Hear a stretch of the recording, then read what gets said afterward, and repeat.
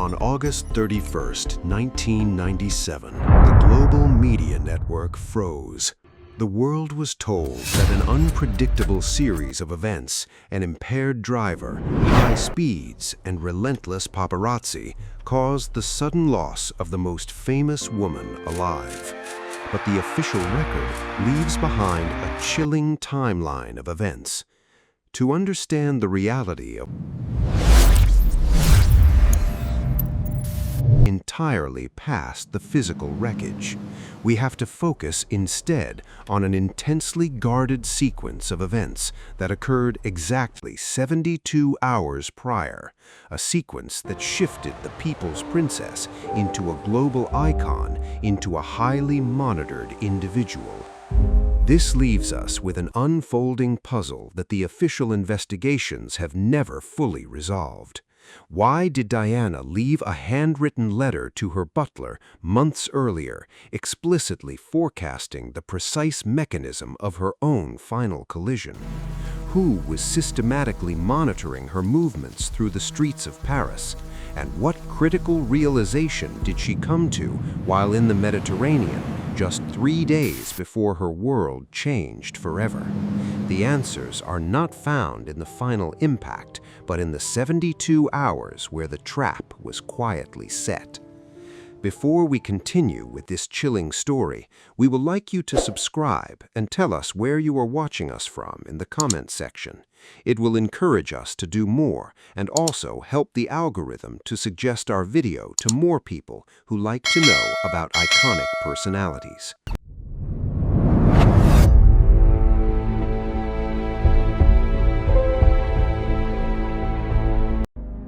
By the arrival of mid-1997, a profound transformation had occurred within the landscape of the British monarchy. The finalization of Diana's divorce from the Prince of Wales marked the official conclusion of her institutional constraints. Though stripped of her formal title of Royal Highness, she discovered that true influence was not bound by royal protocols. In this newly carved reality, her standing with the public reached unprecedented heights, casting an undeniable shadow across the traditional establishment she left behind. Diana re-emerged not as a casual public figure, but as an independent institutional force, directing her immense public support with absolute precision. This was a sophisticated campaign for public affection, and she was establishing a commanding lead. Her independence found its ultimate expression on the global stage through a relentless humanitarian focus. Traveling to regions like Angola, she actively threw her support behind the international campaign to ban anti-personnel landmines. Walking directly through cleared minefields, she drew the eyes of the world to an urgent human crisis, directly challenging the policy stances of major international governments. By operating entirely outside the boundaries of state diplomacy, her actions carried an undeniable political weight. She demonstrated an extraordinary ability to shift global policy through sheer public visibility, signaling to traditional authorities that her voice could no longer be managed or contained by internal royal mechanisms. Yet this absolute visibility required an extraordinary level of personal sanctuary. Enter Dodi Fayed, the wealthy heir to the extensive Harrods commercial empire. As July transitioned into August, their lives intersected aboard a sprawling luxury superyacht anchored in the sun-drenched waters of Saint-Tropez. To the observing public, the photographs broadcast by the press depicted a flawless, tranquil summer romance, standard for high society. The media portrayed this as the ultimate escape, an ideal sanctuary for a woman fleeing the constant oversight of her former life. It appeared to be the dawn of complete personal liberation, financed by boundless wealth. To the media, this was a glamorous summer romance, but behind the paparazzi photographs lay a deeply intricate strategic reality. Dodi was far more than a companion. His family's complex international connections transformed him into a key figure in an unspoken intelligence chess match. For an individual operating without official state protection, this unique arrangement provided a privately funded security apparatus independent of conventional channels. However, this unique arrangement immediately drew intense scrutiny from official monitoring networks. The growing closeness between an independent global icon and a prominent family with deep ties to the Middle East altered the entire landscape of institutional risk. Every movement, every destination, and every communication from the vessel became a matter of intense analytical interest. It was during this period of superficial luxury that a highly unusual telephonic communication was intercepted by monitoring agencies, setting off an immediate wave of administrative urgency. The illusion of absolute privacy was dissolving, giving way to an invisible web of systematic observation that followed her from the open sea directly toward the streets of mainland Europe.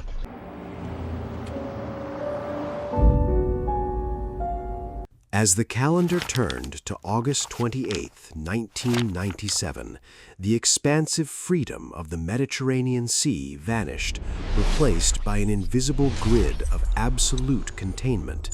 The final 72 hours of Diana's journey began with a definitive departure from the open waters as she and Dodi Fayed prepared to board a private aircraft destined for Paris. Internally, a profound transformation was taking hold within her personal environment. The confidence she once displayed on the global stage was rapidly transforming into an intense, hyper-vigilant state of caution. She found herself operating in a condition of severe personal isolation, having systematically disassembled her official state-sponsored safety network. In their place, she relied exclusively on a small, privately funded security contingent provided by the Fayed family. This dramatic shift raises a critical question that continues to puzzle investigative analysts. Why would an internationally targeted individual willingly strip away the elite protection of specialized government officers at the exact moment her public visibility was reaching its most volatile peak? The explanation rests within a deeply rooted conviction that her most intimate circles had been fully compromised by state monitoring. This was not a sudden, ungrounded anxiety. Long before this fateful flight, Diana had shared highly specific fears with her close confidant and butler, Paul Burrell, documenting her belief that her communications were being systematically logged. Furthermore, this distress was formally codified in the historic legal record known as the Mishkan Note, a highly confidential document drafted by her lawyer following a private meeting where Diana explicitly outlined an organized effort to arrange a severe vehicular incident involving her transport. Believing her official protectors were actually active instruments of observation, she made the decisive choice to place her life entirely in private hands. Upon landing in France 48 hours prior to the final event, the geographic transition dramatically accelerated her sense of vulnerability. The open, breezy horizons of the southern coast were instantly replaced by the dense, tight architectural layout of the Parisian avenues. Almost immediately, the gathered press corps transformed from a standard media presence into an overwhelming, aggressive blockade that effectively restricted free movement through the city. The sheer volume of the pursuing vehicles and motorcycles completely compromised basic safety protocols, creating a highly volatile environment where the lines between public reporting and targeted harassment completely dissolved. This intense confrontation outside the hotel doors brings us directly to a major turning point that remains a subject of fierce debate among historians and tactical professionals. Some intelligence analysts firmly maintain that the Fayed security team was fundamentally untrained, systematically overwhelmed, and entirely unequipped to manage a crisis of this immense scale.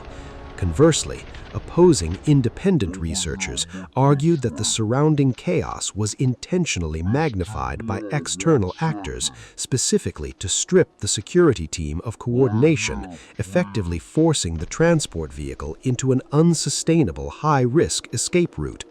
The internal transport records and building exit logs reveal a series of highly irregular operational choices made under extreme duress. This leaves a profound question for anyone analyzing these events. Look at the security logs yourself. Which side do you believe? Was it a breakdown of an elite hotel's defense under unexpected pressure, or was it a deliberately orchestrated bottleneck designed to leave no safe alternative? Drop your theory below. With the arrival of the final 24 hours, the operational safety structure dissolved completely. The focus shifts entirely to an unraveling network of conflicting orders, highly unusual administrative decisions, and a series of newly unsealed facts that challenge the established public record. The stage was set for an intricate puzzle within the Parisian transit system, where a single uncharacteristic shift in hotel security leadership would ultimately dictate the events of the final midnight drive. Monsieur, over here! Did you know about the merger? What is your response to the allegations? With 12 hours remaining before the final collision, the focus narrows entirely to the upper management of the Ritz Hotel, where an extraordinary operational anomaly was taking place. Henri Paul, the acting head of security for the luxury establishment, became the central figure in a sequence of highly irregular actions on the evening of August 30th. Having officially concluded his standard daytime shift, he had departed the hotel premises to spend his evening off duty. Yet, under circumstances that remain a subject of intense investigation, he was suddenly summoned back to the property by a high-priority administrative call.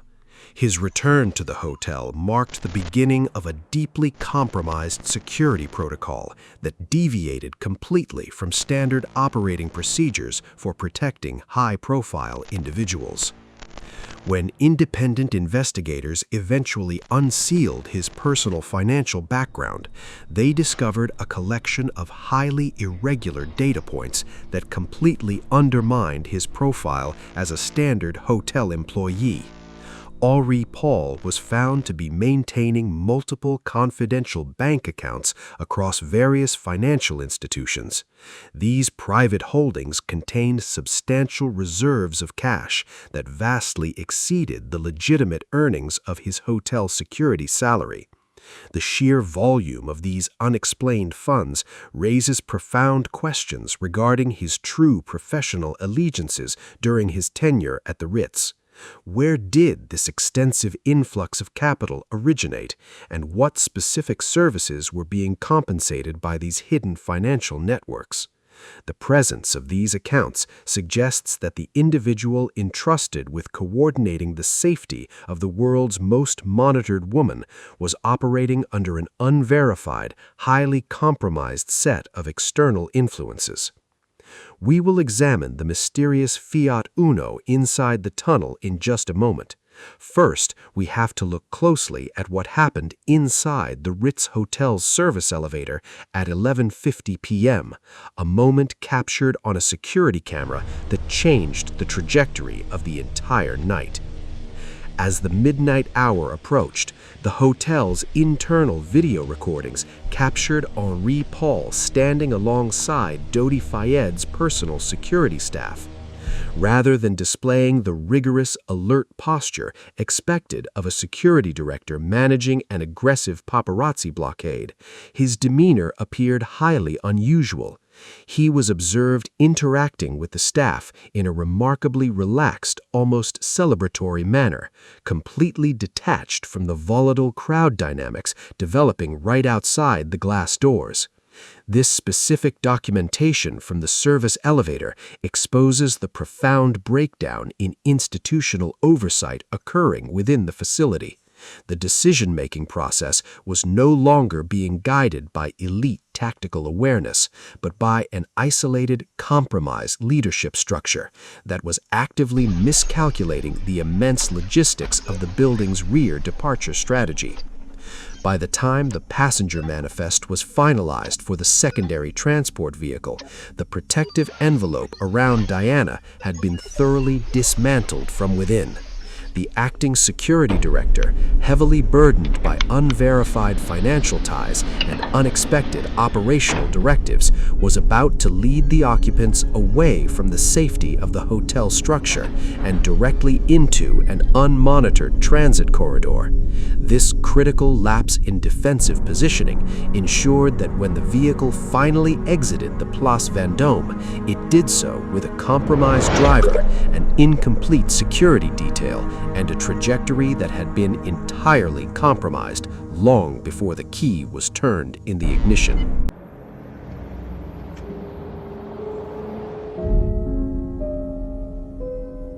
At exactly 20 minutes past midnight, the strategic diversion was initiated at the front entrance of the Ritz Hotel. A highly visible decoy vehicle was conspicuously positioned at the main entrance, successfully drawing the attention of the vast majority of the gathered reporters and photographers. Meanwhile, Princess Diana and Dodi Fayed quietly departed through the building's rear exit, slipping into a secondary, unlisted black Mercedes sedan. The operational objective was straightforward: a swift, unhindered journey through the Parisian transit system toward Dodi Fayed's private apartment. As the vehicle pulled away from the curb, its initial movements were closely tracked by a small, highly determined group of pursuing motorcycles that had managed to detect the secondary exit strategy. The route chosen for the journey required navigating the public expressways running parallel to the River Seine. This choice of roadway allowed the transport vehicle to increase its velocity significantly, attempting to break away entirely from any trailing vehicles. The tracking of the journey shows a rapid progression through the urban landscape, transitioning from well-lit boulevards to the more confined subterranean passages of the city. Inside the passenger compartment, the protective envelope was entirely dependent on the driving decisions of Henri Paul, who directed the heavy sedan down the sloping embankment road toward the upcoming underpass system. This brings the timeline directly to the definitive moment of impact at the entry of the Pont del Alma tunnel. As the Mercedes entered the subterranean concrete structure, the vehicle was traveling at an exceptionally high rate of speed, far exceeding the posted limits for the urban corridor. Multiple independent eyewitnesses situated near the tunnel entrance later reported a highly unusual, intense flash of bright white light reflecting out of the underpass just seconds before the vehicle lost traction. This unexplainable illumination occurred immediately prior to the sedan deviating sharply from its lane, crossing the dividing line and colliding heavily with the central concrete supporting columns. The aftermath of this impact completely transformed the nature of global pop culture history, exposing the profound vulnerability behind a monumental public profile. The investigation into the incident reveals a devastating contrast between the public reality Diana projected and the severe personal isolation she experienced during her final hours. To the global public, she appeared as an untouchable, commanding figure navigating high society with absolute authority. Yet, the unsealed historical records demonstrate that she was operating within a state of total systemic detachment, completely cut off from official protection and reliant on an unstable, compromised private network that ultimately failed to protect her. This tragic disconnect highlights the true cost of attempting to operate independently of powerful institutional structures. Diana wore a radiant public exterior, yet her internal experience was defined by a calculated effort to navigate an unyielding system. The true mystery of Diana isn't just how the vehicle collided in that Paris tunnel, it's who drew the strategic map that forced her into it in the first place.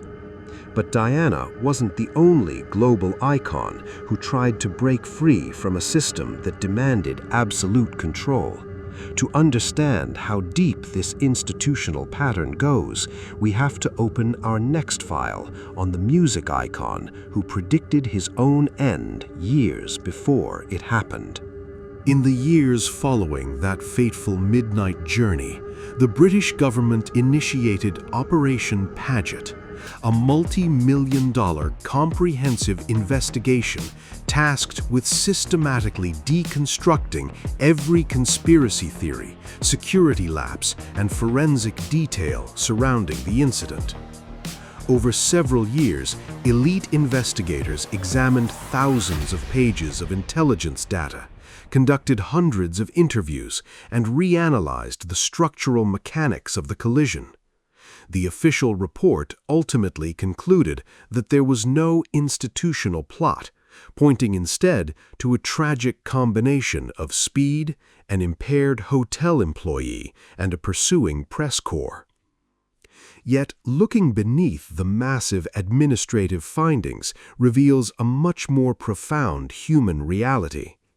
The true significance of this extensive investigation rests in how it unintentionally mapped the severe structural vulnerability of a global icon operating entirely outside her traditional safety network. When we analyze the historical evidence alongside her private communications, a deep psychological paradox emerges. Diana's final days were defined by a relentless, exhausting pursuit of normal romance and personal freedom away from the unrelenting scrutiny of royal protocol. Yet this exact desire for a conventional life is precisely what pushed her directly into an unregulated, completely compromised security environment. By systematically pushing away her official state-sponsored protectors, whom she deeply mistrusted, she inadvertently surrendered her safety to an ad hoc, private operational team that lacked the specialized training, intelligence access, and tactical coordination required to manage a high-stakes crisis on the streets of mainland Europe. Her flight toward personal liberation ultimately led her straight into a defensive vulnerability from which there was no escape. This operational vulnerability reflects the deep internal conflict she managed every single day. To the global public, she consistently wore a radiant facade of absolute power, independence, and media mastery, appearing as an untouchable force winning a public relations war against a centuries-old establishment. But her internal reality was a state of profound isolation and perceived betrayal by those who were originally tasked with her care. She found herself functioning not just as a celebrity, but a complex human being trying to navigate an unyielding institutional machine that demanded total conformity.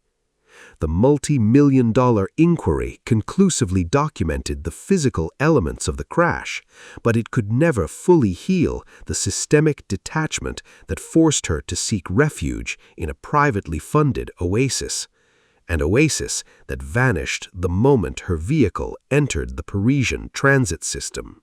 As this investigation draws to its final conclusion, the physical evidence compiled by decades of official inquiries leaves us with an empty space where definitive answers should be.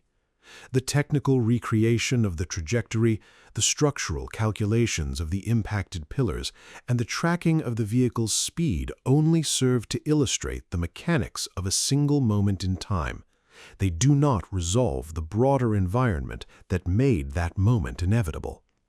This realization shifts the entire focus of the narrative away from the physical events inside the underpass. It forces an examination of the systemic pressures that surrounded Diana for years prior, effectively funneling her toward a compromised transport option on that specific Parisian evening. This absence of true resolution is precisely why the history remains entirely active in the global public consciousness. By declining to present a simple, neat conclusion to this complex puzzle, we respect the intricate web of facts that the official records themselves have left unresolved. The ultimate tragedy is not found within a standard breakdown of mechanical failure, but within the documented observation that an individual of such immense global standing could find her options so severely limited by institutional pressure. The true mystery of Princess Diana isn't just how the car crashed in that Paris tunnel, it's who drew the map that forced her into it in the first place. But Diana wasn't the only icon who tried to break free from a system that demanded complete control. Across the Atlantic, another massive cultural force found himself navigating an incredibly similar landscape of constant observation, isolation, and an increasing mistrust of his closest institutional handlers. He, too, operated under a radiant public exterior while managing an internal reality of profound systemic containment. To understand how deep this pattern goes, we have to open our next file on the music icon who predicted his own end years before it happened. The files remain open, the patterns remain identical, and the next sequence of events waits just across the screen.